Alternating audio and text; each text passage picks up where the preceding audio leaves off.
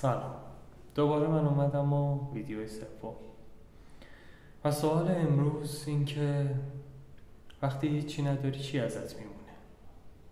خیلی سوال مهمیه و خیلی صحبت ها میشه در موردش کرد، ولی فقط یه تیکه از حس و نظر خودم میخوام بگم.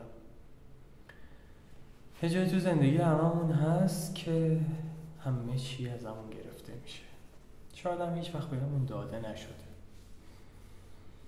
اون لحظه خیلی چیزا مشخص میشه، مثلا اینکه تو وجودمون چیا هست.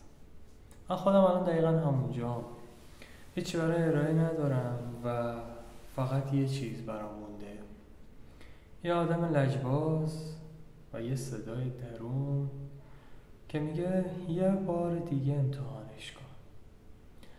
نه از رو انگیزه های قشنگ دارم این کارو میکنم و نه مطمئنم که اصلا این کارم به موفقیتی یا به جایی قرار ختم بشه. فقط دارم امتحانش میکنم، فقط دارم به اون صدا گوش میکنم، چون اسم میکنم اگه همین صدا رو از دست بدم دیگه هیچی ازم نمیمونه. شاید تهش هممون ما یه تصمیم ساده میگیریم که فقط پاش وایسیم و تو تاریکی یه شمع کوچیک روشن کنیم. من فعلا فقط دارم همین کارو میکنم، هر روز یه ویدیو میگیرم و یه تیکه حرف، یه تیکه تجربه و نظرمو میگم.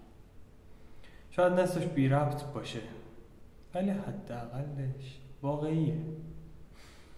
اگه وقت حس کردی خالی، اگه یه جایی کم آوردی، اون خالی بودنه، اون کم آوردنه یه وضعیت فاجعه بار نیست.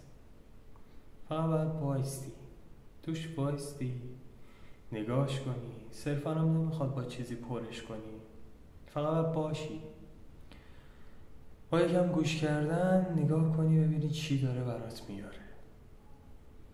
یه سری وقتا خودتو برات بهتر میکنه، یه سری وقتا بهت میگه تو چی داری، یه سری وقتا یادآوری میشه بهت که تو کی بودی و چه کارهایی از دستت برمی اومد.